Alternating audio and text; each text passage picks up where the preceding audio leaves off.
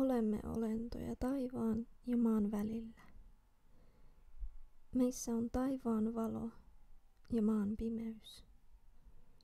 Kuolemme ja synnymme.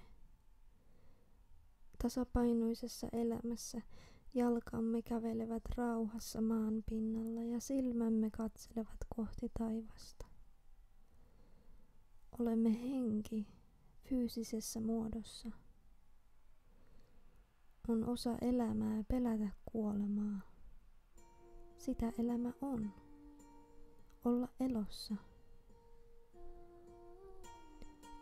Kaikki tässä todellisuudessa haluaa vain elää vapaasti, sellaisina kuin ovat.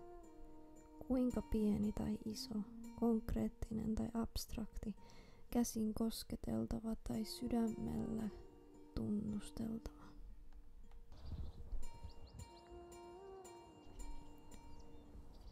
Niin minäkin.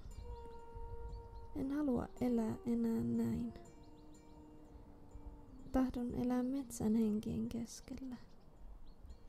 Oravien, lintujen, jänisten ja karhujen ystävä. Tahdon tuntea olevani tarkoituksellinen, jotain hyvää varten, rauhaa varten, rakkautta varten, lempeyttä varten, hellyyttä varten.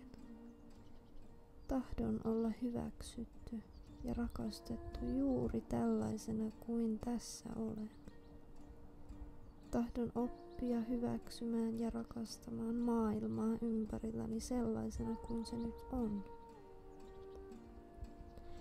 Tahdon muistaa näyn kauniista ja harmonisesta maailmasta ja samaan aikaan muistaa, että tämä tässä on jo se. Elämä ja kärsimys ovat yhteen ommeltuja.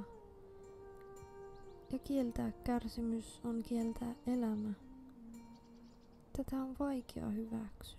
Onko sen oikeasti pakko olla niin?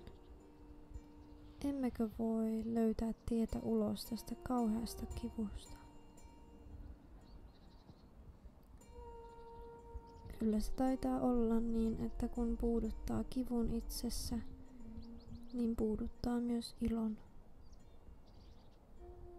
Voit ehkä löytää tien kohti elämää ilman kipua, mutta onko se elämää ollenkaan?